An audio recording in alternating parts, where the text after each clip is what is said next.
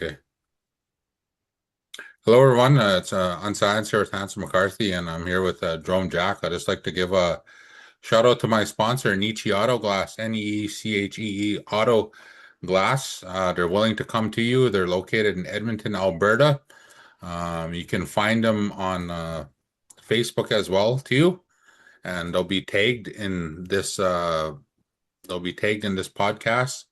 And their phone number is 587-879-5744. Nietzsche Auto Glass is where I'm going to be getting my window done. But I'll just like to Jerome Jack to introduce himself and let him take it from here.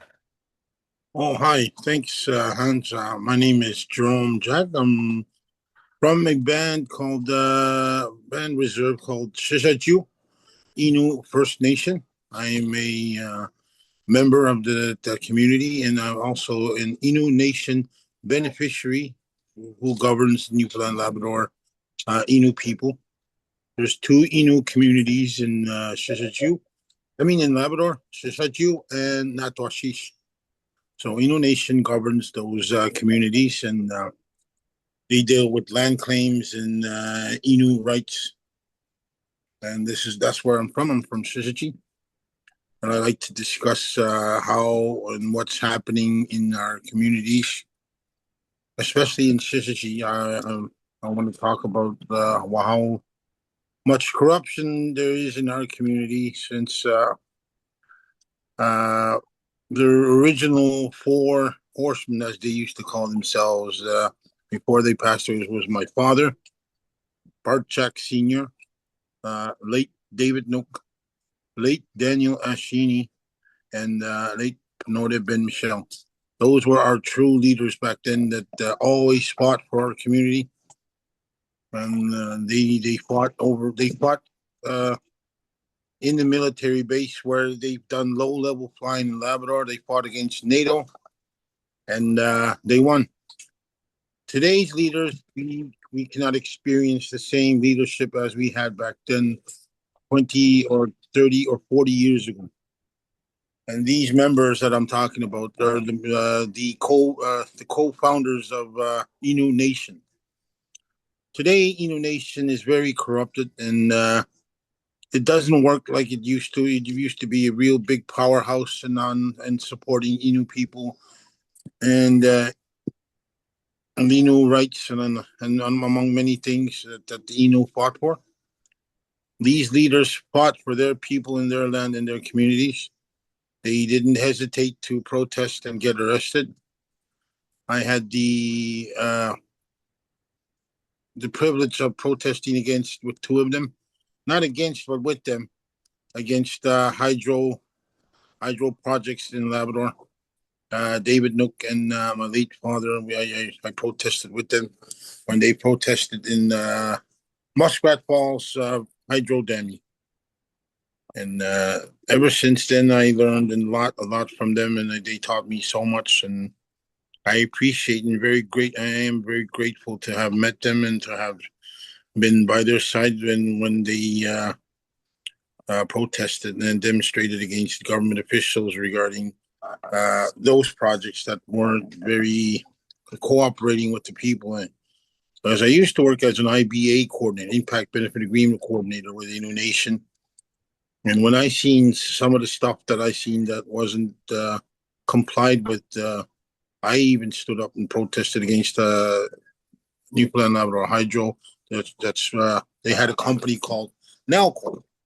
We protested against them. We got arrested. I think I'm one of the last people that protested and was arrested. And the reason that I want to talk about Innu Nation is in the past year, Quebec Hydro offered to buy a river in our province, and they came up with a solution to offer the Innu people $87 million for the next 16 years till 2041, where they can renew a negotiation contract regarding hydro damming. But the 87 million would have been very, very low for the Innu people. They weren't consulted very much. They rushed us to have this approved. to have a ratification to vote yes. But the communities, one community voted in favor for the project. Our community in Sheshatshiu didn't have enough voters to have this ratified. So there's two ways of voting. You can vote no, or you cannot. You cannot just vote at all. So more than half of the majority of the population in Sheshatshiu didn't vote. So the outcome was not successful for Hydro Quebec and Innu Nation to have this project passed. And people were upset very much, and they protested in Gull Island. That's what their project is about, the Gull Island hydro damming. And when the people protested, they asked for a general election, have the negotiation team removed, the legal team removed, and the elected officials to be removed. When I went to their public meeting in Sheshatshiu, and then I stood up and I motioned for a general election, and the whole crowd in that building stood up with me and requested a general election. And the panel, which are the elected officials, the legal team, and the negotiation team, stood up and walked out of the building. They didn't give us an answer, and to this day, they don't comply with the Innu people what they request. And a lot of people on Facebook request general election. A lot of people call me and tell me how they feel about the so-called leaders that are representing us now, which is, I feel very bad for my community, and I feel very bad for my people that our leaders are neglecting their roles as role models to be helping the people. They just downright ignore everybody. They ignored the general election that was motioned. There was a petition that was going around for a general election. They ignored that. And many of the people on Facebook did videos requesting a general election. They ignored that. The elders even requested a general election, and they ignored that too. Every public meeting, you must be aware of this, that every public meeting that the Indians, like us status Indians, have, every meeting we open up with a prayer. And then at the end of the meeting, we close with a prayer. At the public meeting, when they walked out, they didn't close the meeting. They didn't even care about the elders closing the meeting with a closing prayer. They had an opening prayer. They just walked out. To this day, every time I post a video requesting some stuff to be changed, or on what laws I know, what bylaws I know, and I explain to the people, here comes an Innu Nation elected board member, and then rushes on Facebook to explain and to have people to ignore me, and they defend everything they do. When they ignore people, when they're being shouted out about that, they're being told about that, they ignore people. They defend what they do. And before the ratification, the Innu people were told they were going to receive 13.7 million. And then this year in April, they're going to receive another 13.7 million regarding the rate mitigation for the hydro projects. And they received it. And that money, the elders and the disability pensions were withheld from the community until they voted yes for the ratification. So they were using these elders and disabled people to vote in favor for the project, so that these elected members can have their businesses right up front for the project and ready to bid. They're setting themselves up to have millions by using the money that's for the people against them. They're punishing people now, and they're not giving them money. Their pensions. They're not giving them their pensions because they're being punished because they said no to the project. And I can't believe what they're doing, because my mother is one of the elders that receives the community pensions. My sister is an amputee who just had her foot cut off, and she's not receiving her payments for the disability pension, because Innu Nation is withholding this money and saying we can't give you the money because you voted against us. I don't know what the hell is going on with my leadership.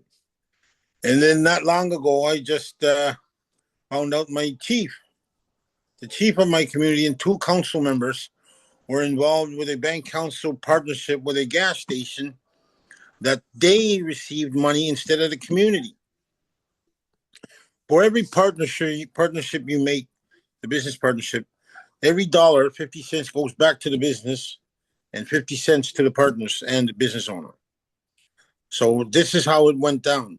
The business owner is the finance manager for the band office, and she's and this person is white. She's not a status member, and she owns the business. I understand that part. She owns the business, the gas station. She owned back then. She owned the gas station, and then they had a partnership agreement with the chief council, two council members, and then the community. You're supposed to receive funds in three ways. That money went three ways: 20 cents to the business owner, 20 cents each, 20 cents to the elected officials, and then 10 cents to the community. And they accumulated over $900,000 in one term when they were on chief and council back then. And they're still on now. I don't know how many times I've exposed these people, and people still keep voting them in, because they use families that are big so that they can get reelected.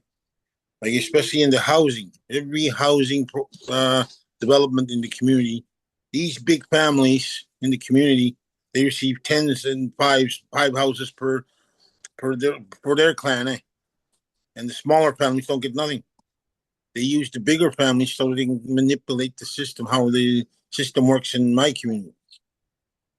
And I exposed them a few years back when my community had $144 million in the trust fund, and today they're fighting over $13 million. What's left? And I asked one of the trustees, who's trying to advocate himself as a future candidate for a Grand Chief of Innu Nation.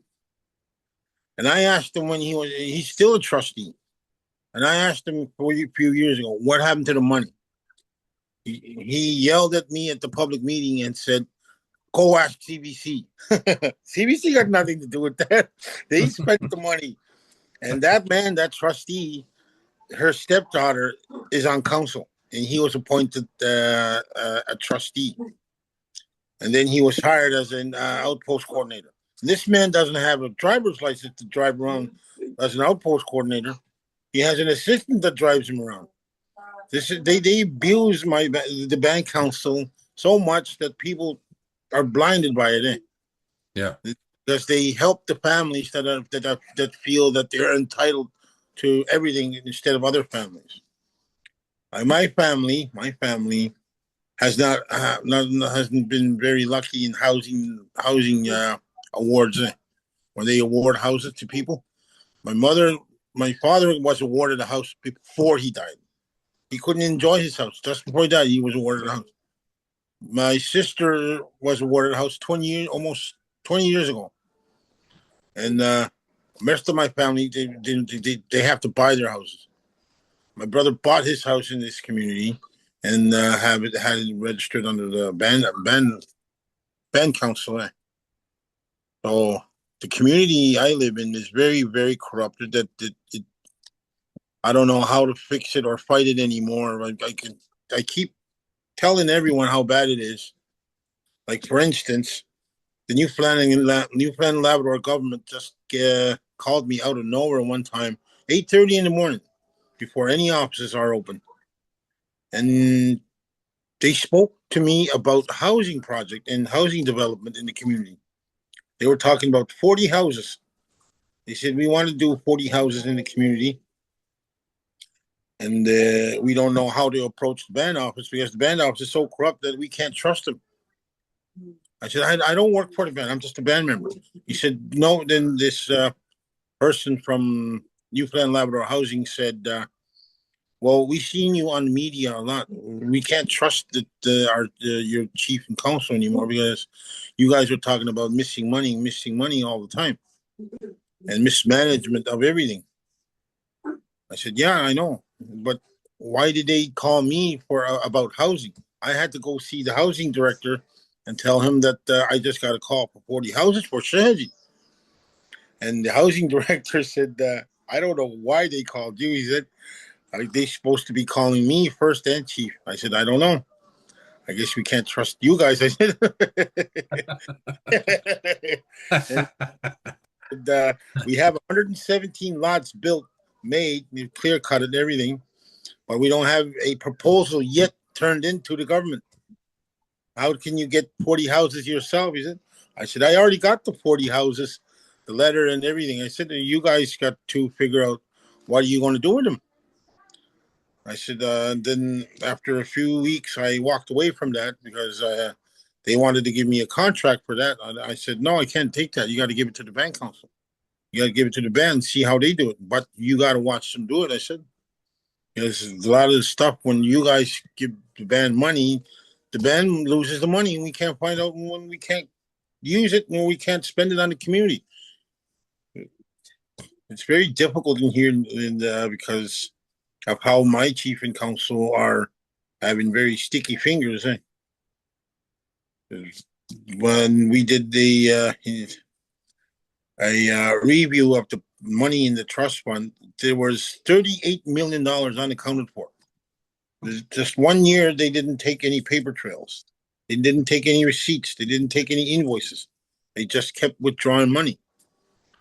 There was 12 or 13 transactions done from Sheshatshiu, from the trust fund. The money that wasn't needed, but it could have stayed there for future generations, but they just kept taking it out.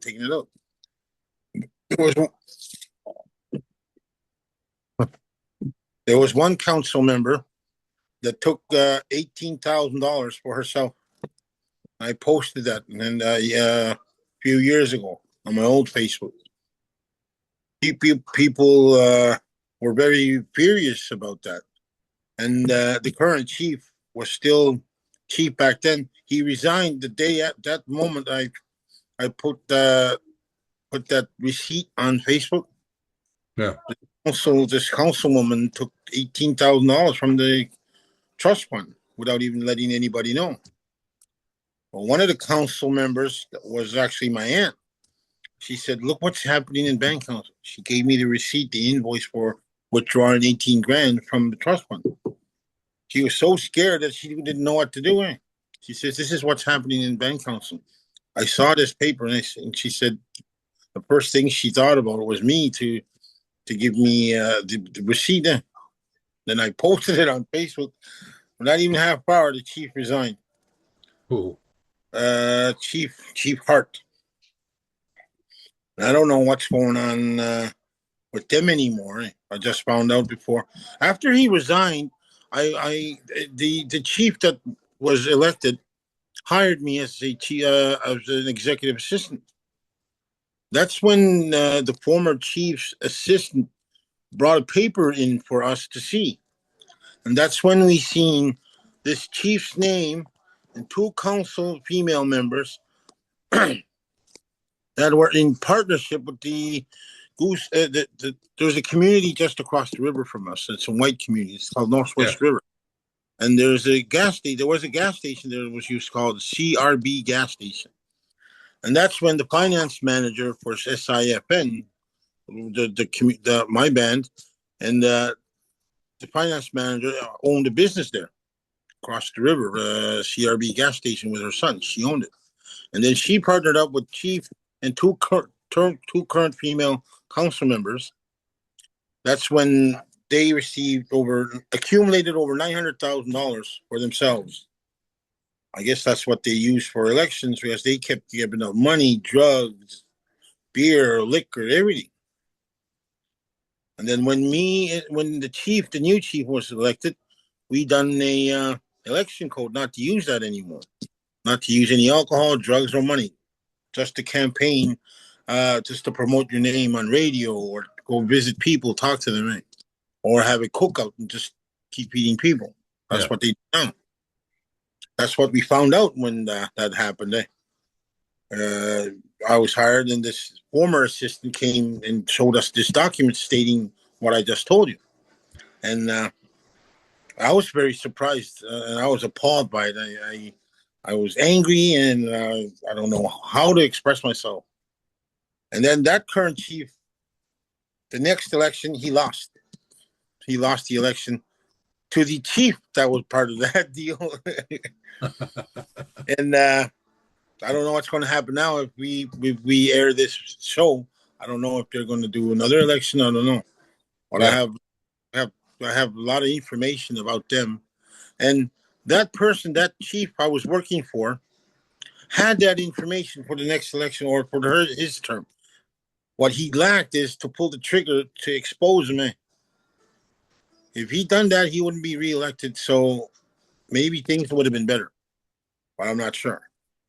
And I don't know what he got from it, but I do know that he has a company and they're building a new bank council in my community, which the old one burned when he got elected.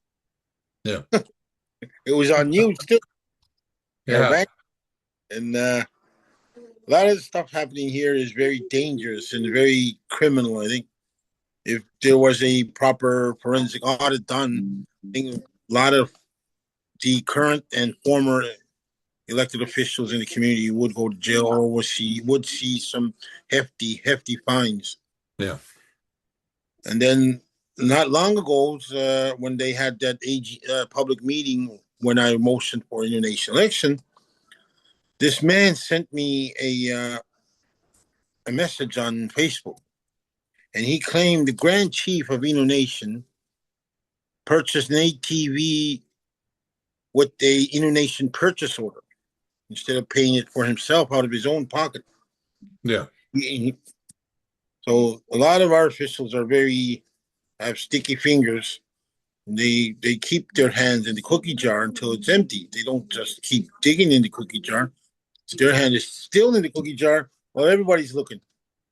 It's dangerous. Now the government don't trust them. They call me. They told me we have houses here for you guys. What are we going to do? We can't trust your chief or your council because a lot of the stuff that's being exposed on Facebook.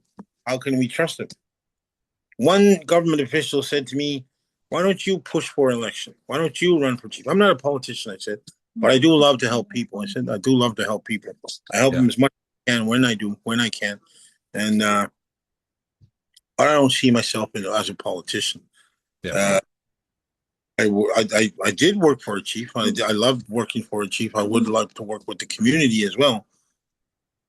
But to be a politician, I'm not cut out for that. Maybe in the next 5 years, I could build up my social status first. Yeah. And after having all this information and telling everybody, I don't know how they feel about it.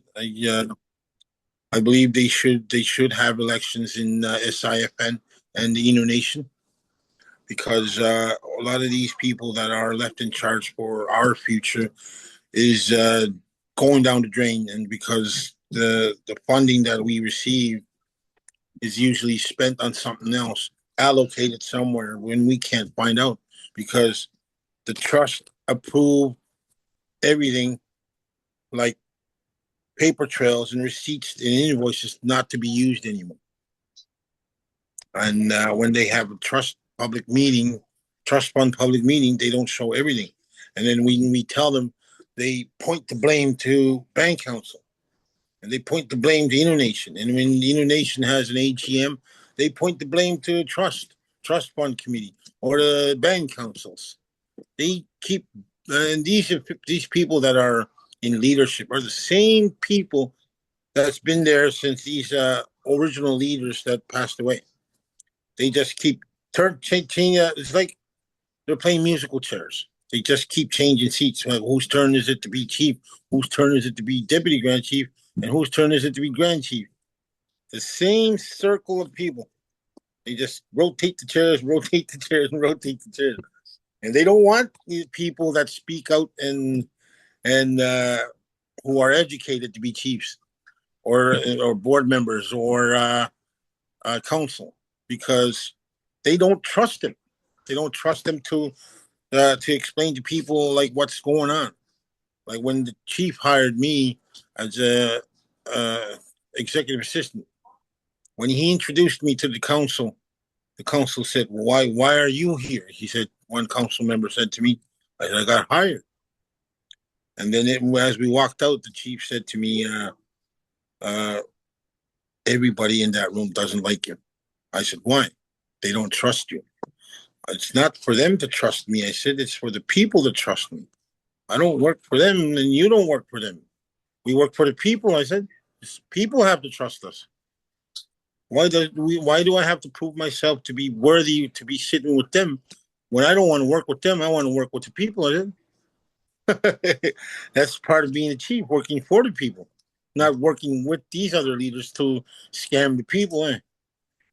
And I was pretty upset about that. And I'm pretty happy now that I have a lot of this that I explained here. A lot of weight on my shoulders is going to be off tomorrow, and I'm actually kind of proud of myself telling what I see and how I see it. Because these officials should be removed from leadership and shouldn't be allowed to run again. Because what we have lost is a lot, a lot. If Innu Nation keeps persisting on having the Hydro Quebec offer accepted, a lot of the land will be lost. A lot of the wildlife will be lost. A lot of the fisheries will be lost. Environmentally, we're going to damage our land very great. And if Bank Council does not have an election too, there's a lot of opportunities that are going to be missed. There's a lot of money that's going to be gone. There's a lot of grants that's going to be not accepted. There's a lot of things that's going to go missing and not be accepted into the community because these individuals are forcing their way into getting their projects going without the community consent or the community approval from these Innu people that don't want some of the stuff that they seek out. And it's very serious that we had an Innu Nation deputy grand chief on video, snorting coke, and then we had a grand chief who was sick with cancer, and I asked him politely, "Why don't you resign?" I said, "You can worry about your health, so you can have a better recovery." And he left office. He's still on payroll, and he recovered from what he was sick from, but he's still not very cooperative with people. And then I heard not long ago, about 2 days ago, that the Innu Nation board of directors, who are the elected members, requested a general election, and the grand chief denied him, and he walked out of the meeting. This is very serious now. That I don't know what's going to happen anymore.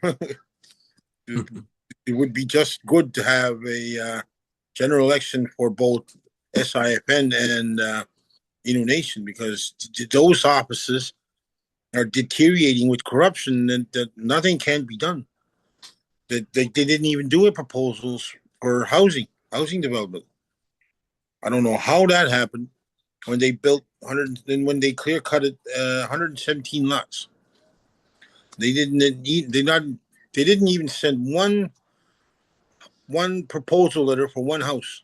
That's what the housing director said to me. Said the council can't find any money, can't find any grants, can't find anything. Well, I found a way for those houses to be built, and I walked away from it. I did not want to be a part of their ring of deceit now. So if they want to build houses, they're going to have to do their own proposal. I'm not going to help them to do that because they never helped anybody. They're just getting by from whatever they can. And when I was working for the chief when he was elected a few years back, we went to a meeting with the Newfoundland government, and this person, this minister said to us, "I hope you guys got a big backpack." I said, "Why?" There's 6 years of grants waiting for you guys that the SIFN never requested. They just kept using the money from the trust fund to build stuff. We could have saved that trust fund if we used those grants, but they never. Okay, good to go. And that's what I've been seeing in my community, and this is very the disheartening to see my leadership treat their people this way, because a lot of the people here are struggling to get by, especially with groceries. And a lot of the people kept requesting for their funds to be released to them, where the Innu Nation and the band councils felt like they shouldn't. I don't know. I don't know what was happening, but I do believe it was Innu Nation that kept being blamed for trying to not release the funds. Innu Nation now is in a lot of deficit, and the band councils are trying to bail them out with the trust fund money that's left, which is 13 million. And Innu Nation requested $7 million of it so that they can pay their lawyer fees, whatever fees they owe, and to keep the Innu Nation running and operational to be operational. And I don't know what's going to happen. And if Innu Nation is in deficit, and the $7 million is just going to keep it going till next March, I feel that the Innu Nation will go forth and do a very wrong turn and accept a land claims offer very, very quick so that they can come out of deficit. And they're going to accept a very, very shitty and very bad, pardon my language, very bad offer from the Newfoundland government. So our land claims may be diminished to a very, very small piece of land where in Newfoundland and Labrador, there's two indigenous groups, the Inuit and the Innu. Well, in Labrador, there's Inuit and Innu. And there's Métis that don't have recognition yet. And they didn't qualify for recognition from the government. So I don't know how that's going to work out. I feel that the Innu are going to be sharing their land with a newly formed indigenous group, which will be the Métis, I think, because the Newfoundland Labrador government feels that the Innu should get less, I think. And Innu Nation will take the opportunity and grab very little money that the government will offer because they're in deficit. I feel that that's what's going to happen in the next year. Is Innu Nation is broke. How is they going to pay the employees? How are the departments of fisheries, wildlife, and forestry run? The negotiation team, land claims negotiation. How will they operate without no money? Well, the only way that they'll have is to accept a low ball offer from Newfoundland government for land claims settlement. I think my community is falling apart, and many of the people are still cheering on these corrupted officials. Maybe they'll have a better understanding when this video comes out, or they will all attack me. I don't fear the people. I feel that they need to know what's happening, and I feel they will have a good understanding. But some will be mad. But there's nothing you can do. Politics, there is always criticism. There will be always things being said if you're a politician. If you're not walking the right path, if you go on the wrong path, that's when you'll see a lot of heat on you. And if these people understand that, they will understand it. If they don't, that's on them. I feel very strongly that the people should consider having general elections for both the organizations. And I strongly advocate on seeing that happen too. Yeah. Yeah. So, no, let's I'd just like to say, man, I really commend you on what you're doing. When I sit down with you and I listen to you, you remind me of the elders back home here, the way they talk. My dad is 73, and he speaks the older dialect of Cree, and a lot of the elders that were around him, they used to speak like you, really honest, really there for the people. But now you see a lot of young leaders, they get in, they're not there for the people, they're there for themselves and their pocket. And I got nothing against them personally, but that's wrong and that's not good. And when I hear you, it's a fresh breath air. I really think you're, well, not that I think I know that you're a real benefit for your people, and you want the best for them, and you speak really straight. You don't go all over the place. You don't lie. You don't try hide anything. You're just I'm so glad that I got to meet you and sit down with you on here. And Mhm. was wondering maybe throughout get to know you on Facebook, and maybe one day we could meet if that's okay with you. Just Mhm. yeah, sit down with We'll you. be in Calgary again. When do we go again? July 30, I think. No, August 4 or 5. I'm gonna be in Okay. Calgary. Yeah. Okay. Well, let me know when that happens, and maybe you could meet up if that's okay. Because Calgary's not too far from here. I'll bring one of my friends too. He's a younger guy, but he likes meeting people too. He's my buddy, and I go all over with him. But I guess I'll end the recording there. I'll put it up. It'll come up tomorrow, and I'll tag you in it. I'll put your name in there if that's okay. Yeah. Yeah, I'll tag you in there, and I'll make some announcements tonight. And I know it's a bit later over there. What time is it? 8:46 or 9:46? 9:46. 9:46, yeah, 3 hours ahead.